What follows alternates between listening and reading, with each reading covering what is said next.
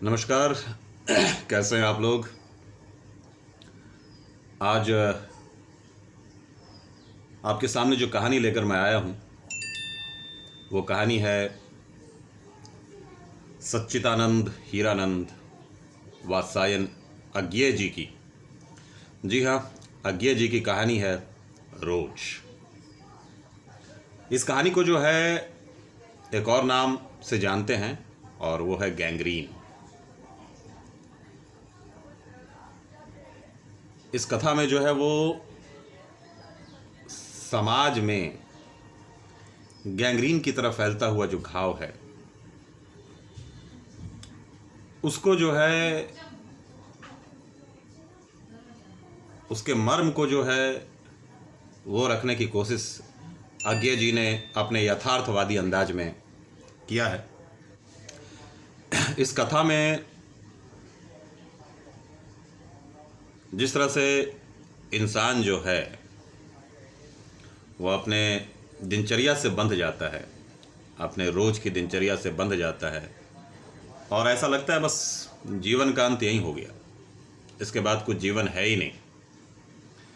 सुबह जगना और फिर उसी दिनचर्या के साथ अपने कामकाज को पूरा करना और फिर शाम में थके हारे सो जाना और फिर सुबह से वही प्रक्रिया को दोहराना।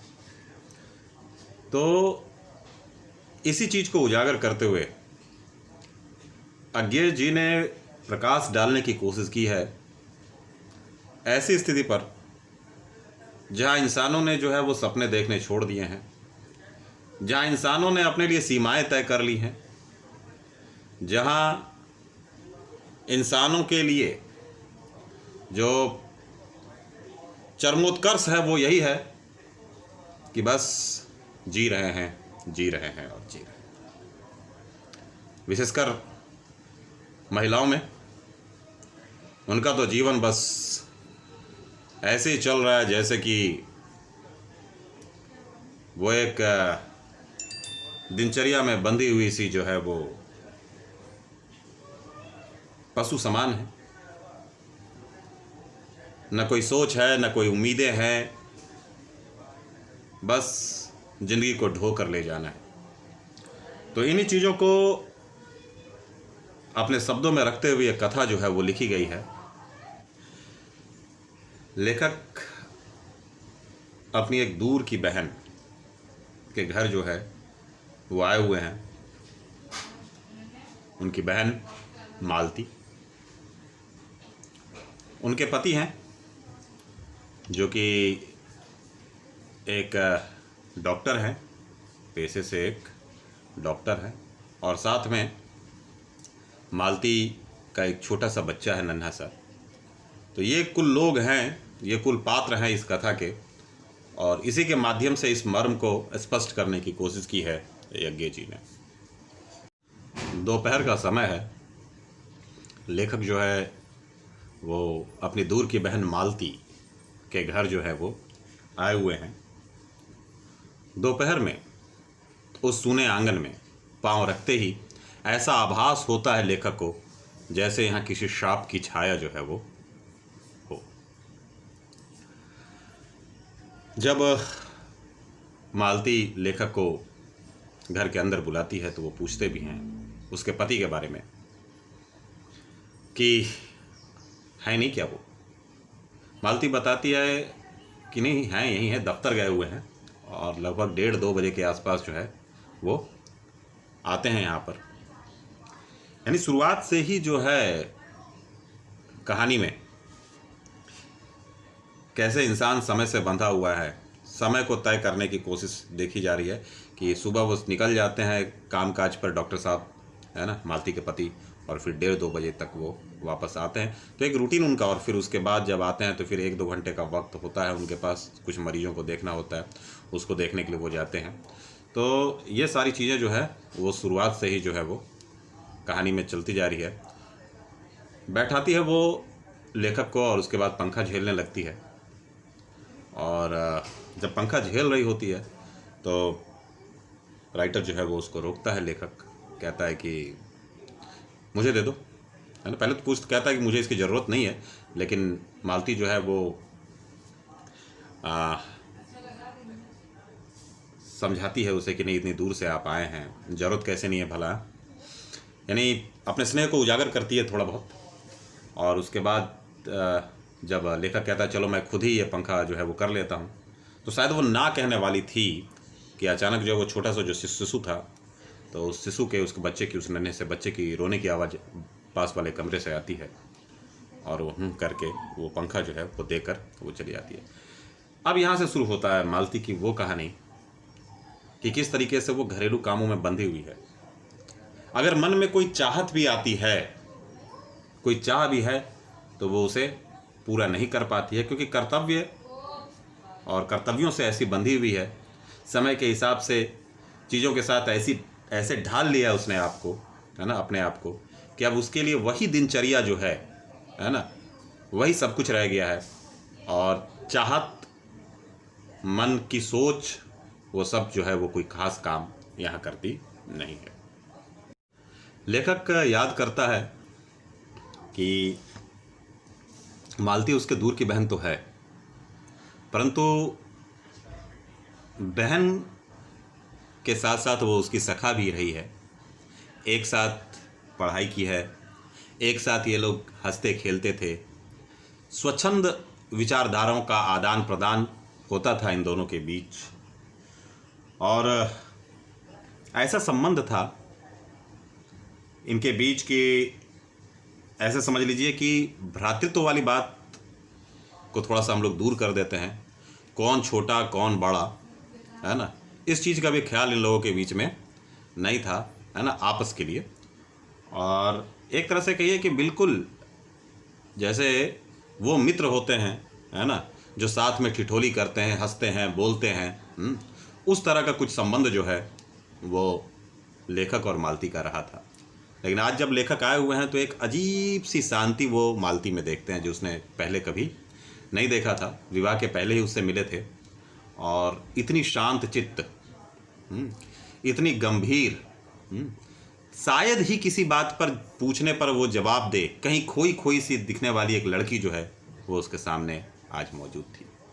बिल्कुल एक मौन सा था, ना तो लेखक कुछ कह रहे थे, ना ही मालती कुछ कह रही थी। वो स्वच्छता बचपन की, जिस तरह से दोनों एक दूसरे से जो है वो बातचीत करते थे, वो कहीं खोई हुई सी नज़र आ रही थी। शांत तो थी मालती, कहीं खोई खोई भी थी, लेकिन उसको देखकर ऐसा प्रतीत होता था जैसे कुछ पुरानी बातें हों, कुछ पुरानी यादें हों, है ना, जो बाहर आने की चेष्टा तो कर रही है, लेकिन कुछ है जो उसे जो है वो बार बार दबाए जा रहा है। तभी किसी ने जो है वो दरवाजे को खटखटाया और जब दूसरे बार फिर से दरवाजे को खटखटाया गया, तब मालती जो है वो उठती है आहिस्ते से और दरवाजे को खोलती है। वही 1:30-2 बज रहे थे, यानी कि मालती के पति जो हैं वो वापस आए थे। परिचय करवाया गया लेखक के साथ उनका, फिर दोनों में जो है वो बातचीत हुई और मालती के पति ने बताया उसे कि अभी जो है वो फिर से मुझे जो है वो जाना होगा, थोड़ा सा ज़्यादा समय देना होगा, क्योंकि कुछ ऐसे मरीज आए हुए हैं, गैंग्रीन के पेशेंट हैं और ऑपरेशन करना होगा, हो सकता है कि पैर भी काटना पड़ जाए। मालती के पति का नाम महेश्वर है और महेश्वर और लेखक जो हैं वो दोनों बैठते हैं। मालती उनके लिए जो है वो खाने का इंतज़ाम करती है। पति 2:30 बजे खाने आते हैं, इसलिए पत्नी 3 बजे तक भूखी रहेगी। ये भी एक रूटीन है, ये भी एक दिनचर्या है।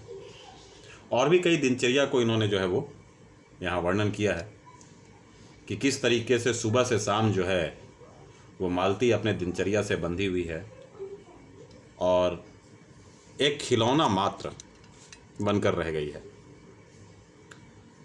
एक ऐसा खिलौना जो समय के हिसाब से हिलती और डुलती है, समय के हाथों की कठपुतली। कितने बजे पानी आना है नल में ये तय है, कितने बजे बर्तन धोना है ये तय है, कितने बजे खाना खाना है, कितने बजे जो बच्चा रो रहा होता है तो कहती है बस हो गया है, चिड़चिड़ा सा हो गया है, और हमेशा ऐसा ही रहता है। महेश्वर अस्पताल चला जाता है और उसके बाद आगे फिर से उसके दिनचर्या को जो है वो देखता रहता है। लेखक पूछता भी है कि तुम कुछ पढ़ती नहीं हो, और कहती है पढ़ाई, या मतलब एक इस तरह की जो है वो हंसी जो है वो मालती के जो है वो मुंह से निकलती है, जैसे कि ये कुछ असंभव सा चीज़ है कि इस दिनचर्या में उस चीज़ को भी शामिल किया जा सके। दूसरी ओर लेखक को वो समय याद आता है जब मालती जो है वो कितनी जो है वो तेज़ तर्रार थी, पढ़ाई में नहीं और चीज़ों में। एक तरह से समझ लीजिए कि चंचल सी थी वो बच्ची। शादी के पहले एक बार उनके पिता ने उन्हें एक किताब भी दी थी लाकर मालती को, और कहा था कि इसको जो है वो जल्दी से जल्दी ख़त्म कर लेना है और मैं सुनूंगा। और वो क्या करती थी, रोज़ कुछ पन्ने ही फाड़ कर फेंक दिया करती थी। और जब पिता ने पूछा कि क्या समाप्त हो गई, तो उसने कहा कि ये किताब उताब जो है वो रटना, ये चीज़ें याद करना मेरे बस की ना है ना। और बस ऐसी बिंदास उछलती कूदती रहने वाली वो लड़की थी, और आज उतना ही शांत, उतना ही सुस्त वो जो मालती थी, ऐसा लग रहा था एक दूसरी ही मालती जो है वो लेखक के सामने जो है वो मौजूद थी। मालती के पुराने दिनों के बारे में सोचते हुए और अभी की स्थिति को भी देखते हुए अपने चिंतन में जाने कब लेखक को नींद आ गई। 6 बजे आहट से उसकी नींद टूटी तो महेश्वर बाबू जो हैं वो वापस आ गए थे, और वही बताया उन्होंने कि आखिरकार ऑपरेशन जो है वो करनी ही पड़ी। लेखक ने पूछा कि आखिर ये गैंग्रीन कैसे हो गया। उन्होंने बताया कि कोई कांटा चुभ गया होगा, है ना, और बड़े लापरवाह हैं लोग यहाँ के। मैंने कहा कि यहाँ तो आपको अच्छे केस मिल जाते होंगे, पैसे के हिसाब से नहीं, अभ्यास के हिसाब से। उन्होंने कहा हाँ मिल जाते हैं, हर दूसरे चौथे दिन एक केस आ जाता है गैंग्रीन का। मालती आंगन में सब कुछ सुन रही थी, बोली हाँ केस बनने में क्या देर लगता है, कांटा चुभा था, इस पर टांग काट दी। ऐसे भी क्या डॉक्टरी कि कांटा चुभने पर टांग जो है वो काटनी पड़ जाए। किसी दिन टांग काट दी, किसी दिन किसी की बाँह काट दी, यही अभ्यास चल रहा है इनका रोज का यहाँ। महेश्वर हंसते हुए कहा कि कहो ना काटे तो क्या उनको जान से जाने दें, मरने दें उन्हें। मालती कहती है कि ऐसे होते हैं सरकारी डॉक्टर, सरकारी है ना। अब तो कोई मर मुर जाए भी तो ख्याल नहीं करती, पहले तो रात रात भर नींद नहीं आती थी। तभी जो है आंगन के नल से जो है वो टिप टिप टिप टिप की आवाज़ जो है वो शुरू हो जाती है। मालती पानी आ गया पानी कहकर जो है वो चल पड़ती है, और उसके बाद बर्तन के धोने की आवाज़ जो है वो लेखक सुन रहा होता है, और महेश्वर बाबू जो है वो बच्चे को गोद में लेकर जो है वो उसको खिला रहे हैं। 3 लोग बैठे हैं अब पलंग पे, एक तो महेश्वर बाबू, दूसरे लेखक, और तीसरा वो बच्चा टीटी।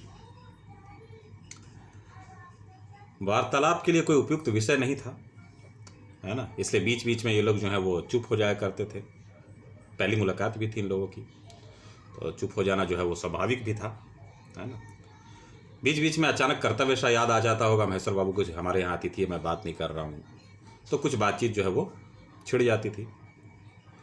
अचानक महेश्वर बाबू को याद आता और वो बताते कि वहाँ कागज़ में लिपटे आम हैं, आम लेकर मैं आया हूँ, है ना, उसे धो लेना। मालती आम को उठाकर आगे बढ़ती है, और जो कागज़ है ना, उसमें वो पढ़ने की कोशिश करती है। यानी कि चाहत पढ़ने की अभी गई नहीं है, ये अलग बात है कि चीज़ें वहाँ उपलब्ध हो या ना हो, है ना। और जब आम के बारे में देखता है, सुनता है वो लेखक, और फिर प्रतिक्रिया देखता है मालती की, तो उसको याद आता है वो बचपन के दिन जब ये लोग स्कूल से भाग भाग कर क्या करते थे, है ना, आम तोड़ने के लिए निकल जाया करते थे। उस समय जो उत्श्रृंखलता थी इनकी, उस समय जो चाहत थी किसी चीज़ को पाने की, है ना, और किसी चीज़ को प्राप्त करने के बाद जो आनंद आता था, है ना, वो एक अलग था। और आज मालती बिल्कुल शांत, आम हो या कोई भी फल हो, कुछ भी हो, है ना, वो उसके लिए अब वही रोज़ की बात हो गई थी, है ना। आराम से वो उसे लेकर चुपचाप, सिंपली कोई भी उत्साह बिना दिखाए चुपचाप उसे धोने के लिए जा रही थी। लेखक सिर्फ इतना सोच रहा था कि वही उद्धत और चंचल मालती जो है वो आज कितनी शांत हो गई है। एक एक टुकड़े अखबार को तरसती है वो, जो कभी कागज़ के पन्नों को फाड़ कर फेंक दिया। तभी महेश्वर बाबू ने मालती से कहा कि रोटी बन गई है क्या? अभी बनाती हूँ कहकर जो है मालती वहाँ से रसोई की ओर बढ़ती है, और जो टिटी उसका बच्चा है छोटा सा, वो अचानक रोने लगता है और हाथ जो है वो लगातार माँ की ओर बढ़ाता है। माँ पुनः आती है और जो है वो उसे गोदी में लेकर रसोई चली जाती है। इधर जो है लेखक और महेश्वर बाबू जो है वो खाना खाते हैं और लेटने के लिए चले जाते हैं। महेश्वर बाबू कहते हैं आप थक गए होंगे, सो जाइए, क्योंकि काफ़ी दूरी तक पैदल चलकर जो है आप यहाँ आए हैं, है ना। और लगभग 10:30 बजे का ये समय था, है ना। कितनी दूरी चलकर आए थे ये भी मैं बता दूं, 18 मील पैदल चलकर। जैसे मैं कहानी में, ऐसा कोई साधन नहीं था उस जगह पर पहुंचने के लिए जहां पर ये लोग रहते थे, तो 18 मील पैदल चलकर मिलने के लिए आए हुए थे लेखक साहब। तो 18 मील पैदल चलकर आए हैं, थक गए होंगे, आप सो जाइए। 10:30 बजे का समय था और अब मालती जो है वो भोजन कर रही थी। लेखक ने मालती से कहा कि भाई 11 बजने वाले हैं। मालती कहती है बस काम हो चुका है, और जो है ये तो नई बात तो है नहीं, रोज़ ही 11 जो है वो बजते हैं, बस अब छुट्टी होने ही वाली है। मालती अपने शिशु को लेकर लेटी हुई थी, और चांदनी में शिशु कैसा लगता है इस इच्छा से लेखक ने जो है वो शिशु की ओर जो है वो निहारा, और अचानक जो शिशु है वो चारपाई से गिर पड़ता है। मालती उसे उठाती है और लेखक जो है वो गंभीरता से थोड़ा सा पूछता है कि भाई ज़्यादा चोट तो नहीं लगी? मालती कहती है कि ये बहुत इसी तरह ये छटपटाता है नींद में, और ये कोई नई बात नहीं है, और रोज़ की ये बात है इसका इस तरह से गिरना। तुरंत उठाकर वो उसे चारपाई पर ले लेती है। जिस पल मालती ने ये कहा कि यह तो ऐसे गिरता रहता है, रोज़ ही इसे चोट लगती है, और जिस तरह से उसने उसे एक पल में उठा लिया, ये जो प्रतिक्रिया थी, एक पल में जो कुछ घटा, ये जो उसने देखा, लेखक बिल्कुल स्तब्ध सा रह गया। मन ही मन सोचने लगा कि माँ, युवती माँ, यह तुम्हारे हृदय को क्या हो गया है? यह तुम्हारे हृदय को क्या हो गया जो तुम एकमात्र बच्चे के गिरने पर भी ऐसी बात कह सकती हो? इकलौता बच्चा है तुम्हारा, छोटा सा है, और उसके गिरने पर भी तुम इस तरह की बातें कर सकती हो? तुम्हारे हृदय को क्या हो गया है? और यह अभी जब तुम्हारा सारा जीवन तुम्हारे आगे है, ये तुमने अपने आप को कौन से सांचे में ढाल लिया है? ये कौन सा सामाजिक गैंग्रीन जो है इसने तुम्हें जकड़ लिया है कि तुम्हें कुछ फर्क नहीं पड़ता है? तुम्हारा जीवन जो है बस एक दिनचर्या रह गया है, एक मशीन के समान माँ का कलेजा हो गया है। ये क्या हो रहा है? ये कुछ प्रश्न जो है वो लेखक के मन में जो है वो उठने शुरू हो जाते हैं।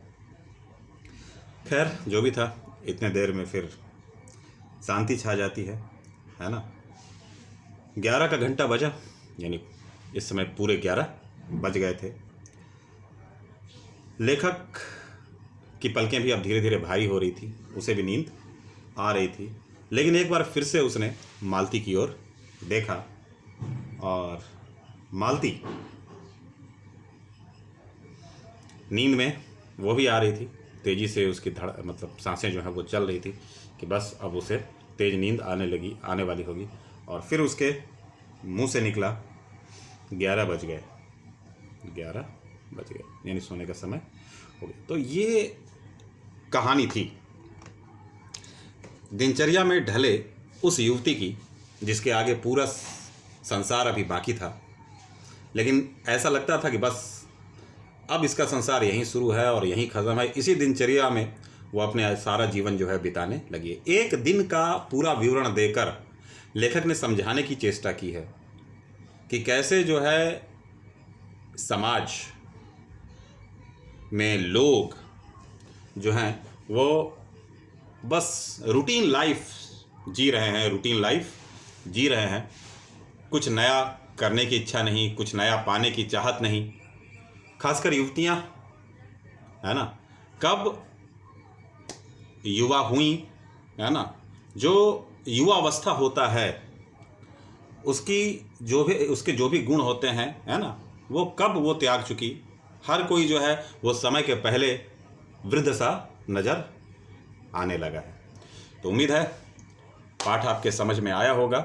ऐसे तो अक्किये जी का ये पाठ जो है वो लोग कहते हैं कि जैसा मैंने भी सुना था पढ़ने के पहले, है ना, कि थोड़ा सा जो है वो ये पाठ खासकर समझ में जो है वो लोगों के नहीं आता क्या कहना चाह रहे हैं। लेकिन मैंने शुरू से ही चीज़ों को आपको समझाने की कोशिश की कि क्या कहा जा रहा है, किस तरह से चीज़ें जो हैं वो अक्किये जी रखना चाह रहे हैं। और जैसे जैसे हो सकता है अभी जो कम उम्र के बच्चे हों उनको ये चीज़ अभी उतनी बात समझ में ना आई, लेकिन एक जो वैवाहिक जीवन जी रहे जो युवक हैं, जो युवतियाँ हैं, है ना, जिन्होंने अपने आप को रूटीन लाइफ में ढाल लिया है, वो इस स्टोरी के मर्म को समझ सकते हैं, है ना। और बस इतना ही। आगे और कहानियाँ, चैनल को सब्सक्राइब कीजिए। फिर मिलेंगे। धन्यवाद।